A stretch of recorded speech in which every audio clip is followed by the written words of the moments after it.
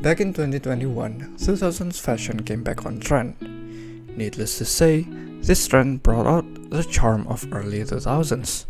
Low-rise, vibrant colors, and shorts.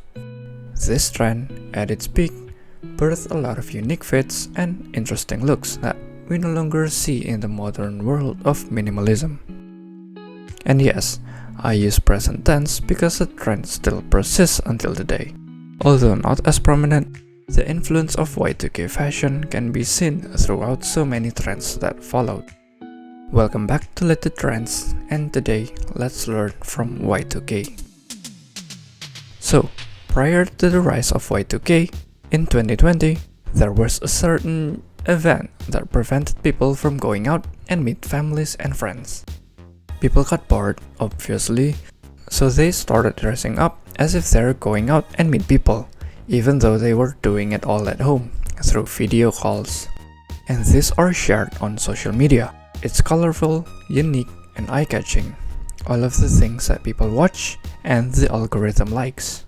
And when famous people like Bella Hadid, Dua Lipa, and Olivia Rodrigo wear this style, yeah, a lot of people will follow. I want to say that there's a factor of nostalgia, which makes sense for millennials, but for Gen Z, maybe it's just like every other trend, it's just the new hottest thing. But one thing for sure is that none of them like minimalism. Silence and uniformity are boring, and it was cool to be the loud ones in a quiet, monotonous world. So then in 2021, when things started going back to normal, people want to go back to normal habits, and that includes shopping. Y2K trend was in the perfect position to start off this return to normalcy. But mind you, it's post-COVID, lots of layoffs, so financially, it's not the best time to be buying stuff out of impulse. Unless there are clothing stores out there that are selling vintage items at an affordable price.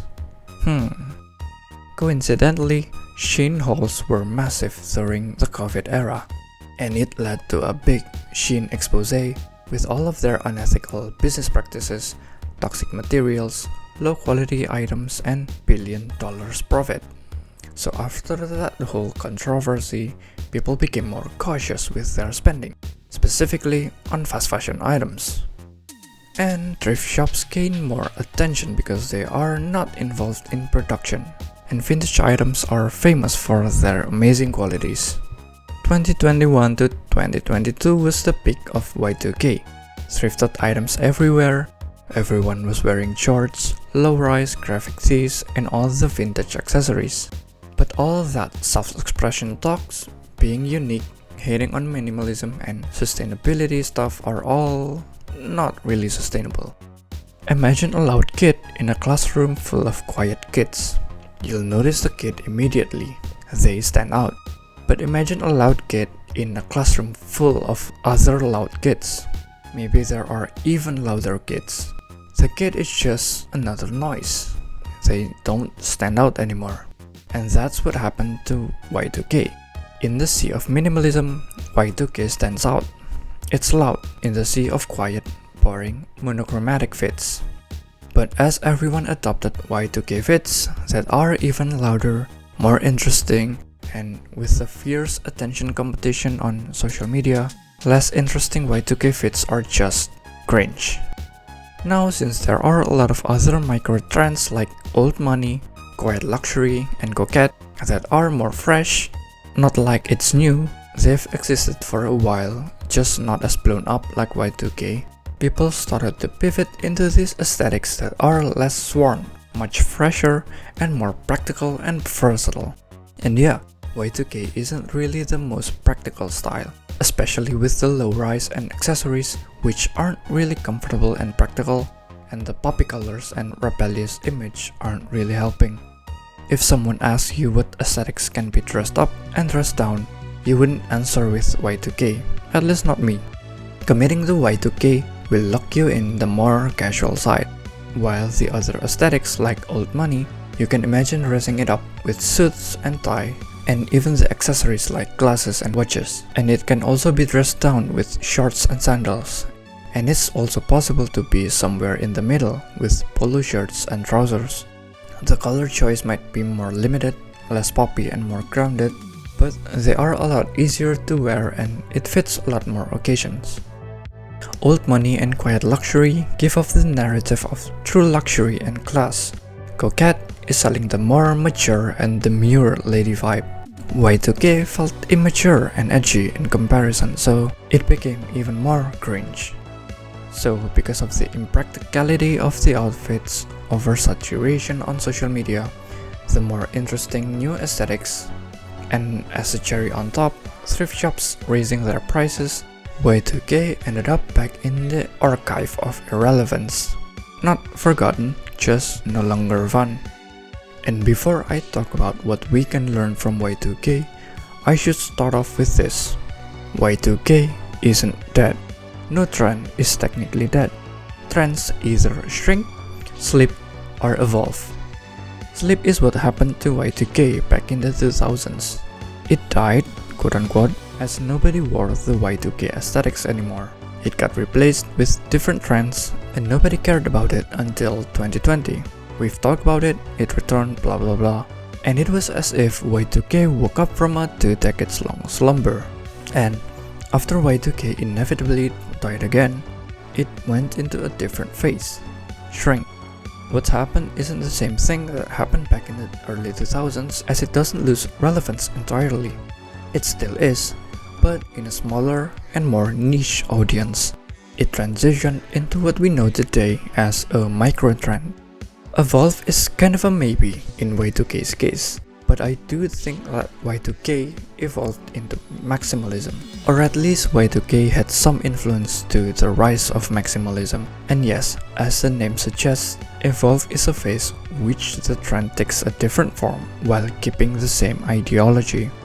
I will discuss it further in a future Later Trends installment, specifically on hypebeast culture. Subscribe if you're interested. So anyway, what did Y2K taught us about fashion? The main lesson that I personally love about Y2K is that fashion is supposed to be fun. Creativity, self-expression, whatever you call it. Fashion is subjective. Fashion doesn't have to be highbrow. It doesn't always have to follow rules. It's not supposed to be rigid.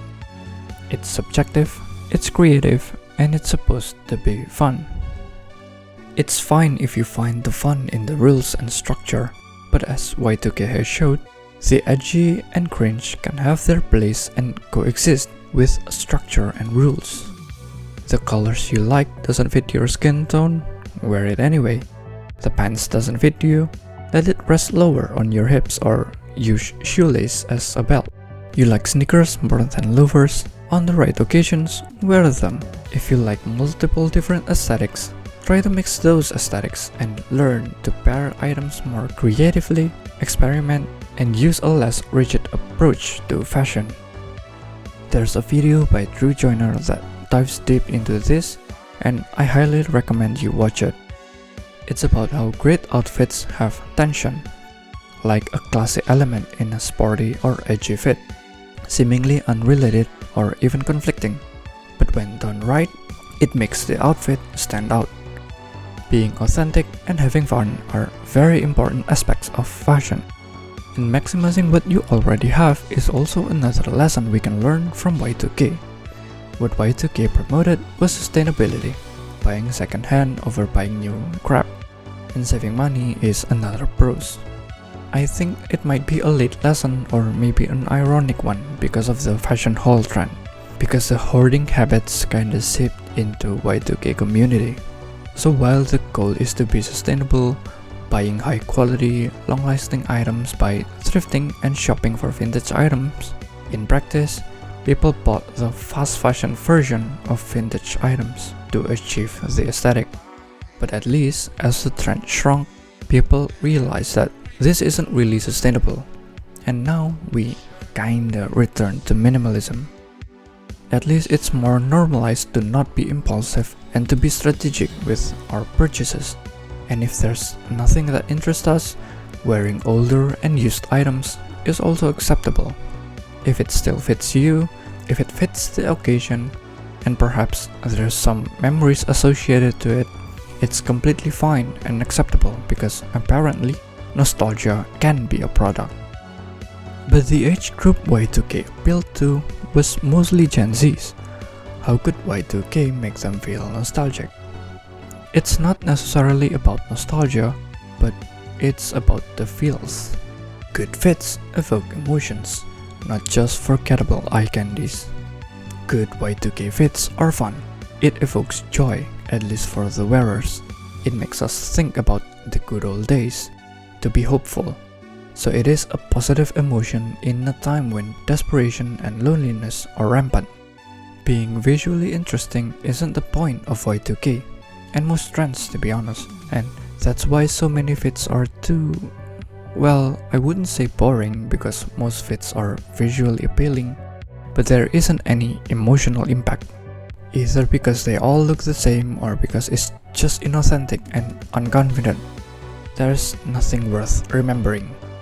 Interesting evoke emotions, whether it's nostalgia or even sadness, grief or intimidation. It has been proven that marketing worked wonders selling 20-year-old trend, so why not apply it to our styles? It doesn't always have to be fully nostalgic fits, but incorporate nostalgic elements like accessories, silhouette, or a pop of color. Since it's all about fun anyway, why not try and mix things up? Nostalgic elements in modern aesthetics, and make some old, still trend feel fresh and not cringy. So these are my thoughts about Y2K. What do you think? If you have any other lessons that you learned from Y2K, share it in the comments. Don't forget to subscribe and leave a like, and I'll see you in the next one.